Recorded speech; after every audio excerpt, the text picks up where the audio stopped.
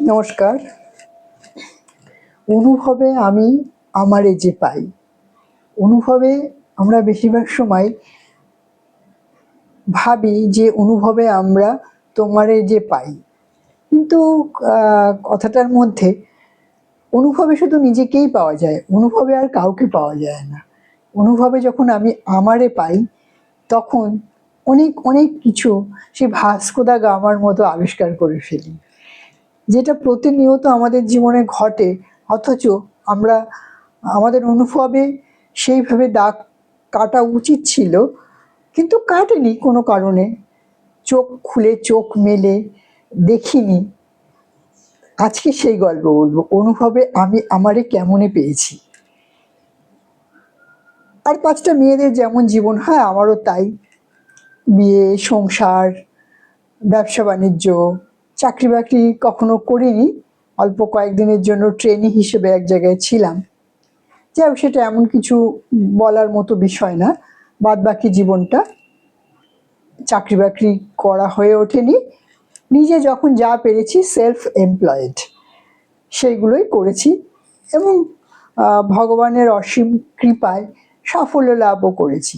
তাই সেই সব দিকেই এত মন ছিল, বা ডেলিকার লাইফে যে কাজগুলো করে গেছি কখনো অনুভব দিয়ে সেইভাবে বিচার করিনি।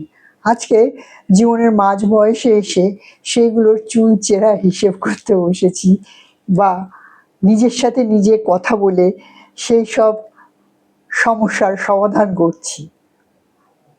এই আটপৌরে জীবন, আটপৌরে জীবনে আর কত ঘটনা থাকবে, সবারই যেমন থাকে আমারও আটপৌরে জীবনের সেই রকম আটপৌরে কাহিনী। কিন্তু আমি বিশ্বাস রাখি যে এই আটপৌরে জীবনের আটপৌরে কাহিনী আমাদের অনেক অনেক মেয়েদের, শুধু আমার একার নয়।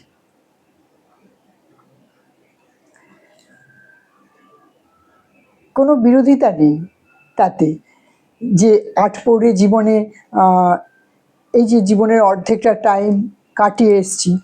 মানুষের গড় আয়ু যে এতটা বাঁচে আর কি, 80 ইয়ার্স ধরে নিতে পারি যে গড় আয়ু, 80 বছর বাঁচবো, তো অর্ধেক জীবন বাঁচা হয়ে গেছে। এই মধ্য বয়সে এসে অনুভবে যখন নিজেকে নিজে পাচ্ছি, তখন একটা অদ্ভুত ভালো লাগায় বলুন, মাথার জটগুলো খুলে যাওয়া বলুন পরপর, সে একটা অদ্ভুত অনাবিল অনাবিল সুখ, অনাবিল শান্তি। সেই শান্তিগুলো ওকে আবিষ্কার করতে হয়েছে। সেই শান্তির দরজাগুলো ছিটকিনিতে জং পড়ে গিয়েছিল, সেই জং ছাড়িয়ে তাকে ছিটকিনি খুলতে হয়েছে। খুলে দেখছি, আরে এ তো ভীষণ সুন্দর বিশাল আকাশ, এত সুন্দর পৃথিবী। আমি এত সুন্দর পৃথিবীটাকে না দেখে শুধু সাংসারিক ছোট ছোট সুখ শান্তি আমার জীবন থেকে চলে যাবে এই আশায় আমি এই দরজাটা বন্ধ করে রেখেছিলাম। কি ভুল, কি ভুল, কি ভুল! জীবনের অর্ধেকটা সময় ভুলেই কেটে গেল। কিন্তু ভুলে ভরা জীবন তো নিশ্চয়ই কাটাবো না। তাই এখন থেকে আটপৌরে জীবনের আটপৌরে কাজগুলোকে এনজয় করতে শিখলাম। যেমন ছোট্ট ছোট্ট ঘটনা বলছি। এর মধ্যে একদিন আমি সকালবেলা ঘুম থেকে উঠলাম, উঠে রেডি হয়ে নিলাম। রেডি হয়ে নিয়ে কাউকে বাড়িতে বলিনি যেটা খারাপ করেছি, কিন্তু আমার বাড়ির লোকের আমার প্রতি অগাধ বিশ্বাস যে এ আজ যাই করুক, এমন কিছু করবে না যাতে তাদের কোনো সমস্যা হয়। তো এখান থেকে আমি কবি সুভাষ থেকে মেট্রোতে করে আমি গেলাম দক্ষিণেশ্বর। কবি সুভাষ থেকে এখন ডাইরেক্ট মেট্রো পাওয়া যায়, রবিবারও পাওয়া যায়। আমি তখন দুটো নাগাদ বেরিয়েছি। তো কবি সুভাষ থেকে উঠলাম, 25 রুপিস ভাড়া নিয়েছে। গিয়ে পৌঁছলাম দক্ষিণেশ্বর। এবার আমি সেই কলেজ লাইফে আজ থেকে প্রচুর বছর আগে দক্ষিণেশ্বরে আমার এক বান্ধবী ছিল, ছন্দা, ওর সাথে আমরা কলেজের পরে দুজনে যেতাম মাঝে মধ্যে। তো তখনকার দক্ষিণেশ্বর আর আজকের দক্ষিণেশ্বরে বিশাল বিশাল ফারাক, আমি কিছু চিনতে পারছি না। তা একটি বাচ্চা ছেলে, সে পড়তে আসে, ডানকুনিতে থাকে। তো সে কানে হেডফোন গুঁজে গান শুনতে শুনতে যাচ্ছে। আমি বললাম, বাবু আমাকে একটু স্কাই ওয়াকটা দেখিয়ে দেবে? তো সে প্রথমে বুঝতে পারছে না, কান থেকে এরকম করে খুললো গুটলিটা, শোনার আর কি, গান শুনছিল। তারপরে কি মনে হলো বলে আসুন। এবার এখন এমন হয়ে গেছে বাড়ি থেকে না বেরিয়ে বেরিয়ে সেরকম ভাবে ডেলি লাইফটা যেহেতু বাড়ির ভিতরেই। এবার এখন তো মেট্রোতে কিছু কিছু সময় কাগজের টিকিট হয় যাতে স্ক্যানার থাকে। এবার আমি তো ক্যামেরা খুঁজে পাচ্ছি না কোথায় ক্যামেরাটা, ওই স্ক্যানারটা ধরলে তবে গেটটা খুলবে, আমি তারপরে গেটের বাইরে যেতে পারবো। কি একটা এরকম করে আমার হাতটা ধরে স্ক্যানারে দিয়ে দিল এরকম ভাবে। আমি স্ক্যানার খুলে গেল, ও তখন কানে গুঁজে হাঁটছে, ও দেখলাম দাঁড়িয়ে গেল, দাঁড়িয়ে আমাকে লিফটে করে নিয়ে গেল। ও গেল হচ্ছে আপনার দক্ষিণেশ্বর যে ট্রেন লাইনে, আর আমাকে স্কাই ওয়াকে উঠিয়ে দিল। যাই হোক ওখান থেকে নামলাম, নেমে পুজোর সামগ্রী যেখানে পাওয়া যায় সেখানে গেলাম, গিয়ে একটা ছোট্ট ডালা কিনলাম। এবার এত সব কিছু বদলে গেছে যে খুব অল্প টাকা দিয়ে একটা ডালা কিনলাম, কিনে হাঁটছি। এবার দেখছি এক জায়গায় লেখা আছে এখানে জুতো রেখে যাবেন, মোবাইল রেখে যাবেন, মোবাইল নিয়ে, আর তার সাথে ঘোষণা চলছে যে মোবাইল নিয়ে যাওয়া যাবে না। তো যাই হোক আমার পিঠে একটা ব্যাগ, হাতে একটা ব্যাগ, টুকটুক টুকটুক করতে করতে মোবাইলের ওখানে গেলাম, দুটো মোবাইল রাখলাম আর ব্যাগটা রাখলাম। 16 রুপিস ওরা নিল, 16 টাকা। তারপর বললো জুতো রাখার ওখানে, জুতো রাখার ওখানে ক টাকা দিলাম ঠিক মনে নেই। জুতো রাখলাম, একটা করে টোকেন দিল, ব্যাগে রেখে দিলাম। তারপরে টুকটুক টুকটুক টুকটুক করে মায়ের মন্দিরে গেলাম। তখন মন্দিরে যাওয়ার আগে বলি, যখন আমি ডালাটা কিনছি তখন ওই 3:15-15 বাজে। আমি ভাবছি এই সময় কি পুজো দিতে পারবো? তো ছেলেটিকে জিজ্ঞাসা করলাম, ভাই এখন কি পুজো দেওয়া যাবে? বলছি হ্যাঁ, মন্দির খুলে গেছে, আপনি পুজো দিতে পারবেন। তো আমি যখন মন্দিরের ভেতরে পৌঁছলাম তখন 3:30 বাজে। ওই 8-10 জন লোক লাইনে দাঁড়িয়ে আছে, গল্প করছে। তো আমি লাইনে দাঁড়ালাম মায়ের মন্দিরে। মাকে যখন মন্দিরে দাঁড়িয়ে লাইনে যাচ্ছি, আমার পেছনে দুটো ছেলে দাঁড়িয়ে আছে, তারাও পুজো দিতে এসছে। তারা বোধহয় পাঞ্জাবের ছেলে, কিন্তু ওদের অফিস হচ্ছে, ওরা দুজনে গল্প করছিল, আমি মুখ দেখিনি ওদের। তো যেহেতু আমি ওদের সামনে দাঁড়িয়েছিলাম, শুনছিলাম, গল্প শুনতে ভীষণ ভালো লাগছিল জানেন তো। ওরা গল্প করছে একে অপরের সাথে, রাজারহাট থাকে ওরা এখন চাকরি সূত্রে।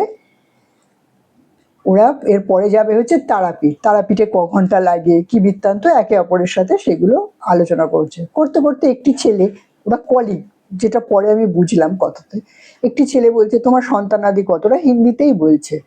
বলছে যে আমার 3টে বাচ্চা, একটি ছেলে একটি ছেলে। এবার ছেলেটা অন্য ছেলেটি মনে হলো একটু ঢোক গিল, মানে সমবয়সী, তার 3টে বাচ্চা। তা বলছে দো পেট সে এক, এক পেট সে দো পেট। তো আমার কানটা না, তখনই আমি কানটা খারাপ হয়ে গেল, কি বলছে শুনি তো। হ্যাঁ, অ্যাকচুয়ালি পেট মানে পোষ্য, ও 2 ছেলে, সেটা হচ্ছে পোষ্য, দুটো ডগি। আর মেয়ে পেটসে মানে পেটে হয়েছে বাচ্চা ওর। তো ওর যে ওয়াইফ, তার পক্ষে বাড়ি থেকে বেরোনো সম্ভব না, কেন 2 ছেলে 1 মেয়েকে নিয়ে যাওয়া সম্ভব না, এবং বাচ্চা খুব ছোট। আর মায়ের খুব লাডলা ছেলে, 2 ছেলে যারা রয়েছে ডগ। আমার এত মজা লাগলো না, আমি বিশ্বাস করবেন না। হ্যাঁ, আমি বললাম আমি বন্ধুদের সাথে অবশ্যই শেয়ার করবো এটা। আমারও দুটো পেট আছে, একটা ইমলি একটা বরফি, ওরা দুজনেই মেয়ে। তো আমার 3টে মেয়ে। তো আমার ওই জন্য আরো বেশি হয়তো ভালো লাগলো। যাই হোক, পুজো টুজো হলো, হওয়ার পর আমি তো সারাদিন উপোসই রয়েছিলাম সেদিন। যাই হোক, উপোস করার ইচ্ছেতে উপোস হয়নি, উপোস হয়ে গেছে, মায়ের ইচ্ছে ছিল তাই হয়ে গেছে। এরপরে গেলাম হচ্ছে মার কাছে, মার কাছে মানে মা সারদা মনির কাছে। তাকে, তার থেকে একটা পারমিশন নেওয়া ছিল আমার। আমি একটা জায়গায় বেড়াতে যাব, কামরূপ কামাখ্যা। তো মাকে বললাম, মা আমি তো বেড়াতে যাব, তুমি আমাকে পারমিশন দাও। তখন মা পারমিশন দিলেন। তারপরে মার থেকে তো নেওয়া হয়েছে, এবার বাবার থেকেও নিতে হবে। তো ঠাকুরের ঘরটা উল্টো দিকেই আছে, গেলাম। এবার আমি অনেক দিন আগে, যেহেতু আমি বললাম না অনেক অনেক বছর আগে গেছি বলে আমি তাল খুব পাচ্ছিলাম না। তো আমি একজনকে জিজ্ঞেস করলাম ঠাকুরের ঘরে দাঁড়িয়ে, সামনে দাঁড়িয়ে, বাপের বাড়ি ভুলে গেছি, যে ঠাকুরের ঘর কোথায়। তখন ভদ্রলোক বলছে আরে এই তো ঠাকুরের ঘর। বলছি ও আচ্ছা আচ্ছা। তারপরে ঠাকুরের ওখানে গিয়ে একটু ঠাকুরকেও জিজ্ঞেস করলাম, আমি কামরূপ কামাখ্যা যেতে চাই, আমাকে অনুমতি দাও তুমি। হ্যাঁ, তোমার অনুমতি থাকলে তবেই যাবো আমি। তো আমাকে অনুমতি দিলেন। তারপরে আমি বসে আছি, একটু ধ্যান করছি, করছি, একটু সময় স্পেন্ড করছি বারান্দাতে। করতে করতে আমার আবার বেলুড়ে যাব সেই চিন্তা ছিল আর কি আমার, মানে যদি সময় করে উঠতে পারি। তো উঠে দাঁড়িয়েছি, একজন ভদ্রলোক বললো, দিদি দিদি আপনি কিন্তু চলে যাবেন না, আপনি 10 মিনিট বসুন। আমি একটু মনে মনে ভাবলাম 10 মিনিট বসতে বলছে, তারপরে যদি আমার বেলুড়ের আরতি শুরু হয়ে যায় আমি তো আর দেখতে পাবো না। তখন তারপরে আমি ভাবলাম উনি যখন বসতে বলেছেন নিশ্চয়ই ঠাকুরই আমাকে বসতে বলেছেন, ঠাকুর তো আর এসে আমায় বলবেন না যে তুমি বসো। ওনার মাধ্যমেই আমাকে বলালেন, তা আমি বসলাম। ও মা, কি বলবো আপনাদেরকে, আমার জন্য কি সারপ্রাইজ উপস্থিত। হ্যাঁ, আমাকে ইয়ে তরমুজের শরবত দিল। আমি কোনোদিনও খাইনি তরমুজের শরবত ওই রকম ফর্মে। তো আমার দুটো হাতে ব্যাগ, তো আমাকে বলছে আপনি হাঁ করুন, আমি আপনাকে খাইয়ে দিচ্ছি। তা আমি হাঁ করলাম, আমাকে উনি শরবতটা খাইয়ে দিলেন। আমার যেন মনে হলো ঠাকুরই আমাকে ওই শরবতটা খাইয়ে দিলেন। তারপরে টুকটুক টুকটুক করে আবার ঠাকুরকে প্রণাম প্রণাম করে টুকটুক টুকটুক করে এলাম, যেখানে মোবাইল চটি এসব রাখা ছিল সেখান থেকে ওগুলো নিলাম। নেয়ার পরে আমি ওনাকে জিজ্ঞাসা করলাম, একজন ভদ্রমহিলা ছিলেন, দিদি এখান থেকে আমি বেলুড় যেতে চাই, কিভাবে যাব? বলছে আপনি গেটের সামনে যাবেন, গিয়ে ওখান থেকে আপনি ডান দিকে একটা রাস্তা বরাবর গেলে ভবতারিণী ঘাটে আপনি চলে যেতে পারবেন। তারপর আমি ওখান থেকে ভবতারিণী ঘাটে 2-4 মিনিট ওয়াকিং করে চলে গেলাম। এবার টিকিট কাটছি, এবার এর টিকিটের দাম হচ্ছে 11 টাকা। রিটার্ন টিকিট ওরা দেবে না, মানে ওপারের থেকে নিতে হবে টিকিট। 11 টাকাটা দিয়ে টিকিট কাটলাম খেয়ার। তখন 4:30 বাজে, আগেরটা চলে গেছে, পরের লঞ্চটা 5টায় আসবে। 5টা অবধি অপেক্ষা করার পর তারপরে লঞ্চে করে বেলুড় গেলাম। বেলুড়ে গিয়ে ওখানে সন্ধ্যা আরতিটা দেখলাম। এখন না জানেন তো, ওই 6টা 20 নাগাদ, মানে সেই দিন আমি যেদিন গিয়েছিলাম রবিবার, সূর্যাস্তের ওই 6টা 20 নাগাদ আরতিটা শুরু হলো, 7টার মধ্যে শেষ হলো। শেষ হওয়ার পর আমি আস্তে সুস্তে সব, আবার ওখানে জুতোও রেখেছিলাম, সেসব নিয়ে টুকটুক করে দেখতে দেখতে আবার ফেরিঘাটে আসলাম, আবার 11 টাকা দিয়ে টিকিট কাটলাম, আবার সেম ওয়েতে বাড়িতে ফিরলাম। একটা না জানেন তো, মনটা এত শান্তি, এত খুশি। আমরা তো কত কি করি, সিনেমা দেখি বা এখানে যাই ওখানে যাই, এই যে সুখ, এই যে শান্তি, এই যে অনাবিল আনন্দ আমার এই আর্টপৌরে জীবনে, হ্যাঁ, আমি আমার এই জীবনে এই সুখ, এই অনাবিল শান্তি কখনো কখনো আমার মেমোরি থেকে গায়েব হবে না।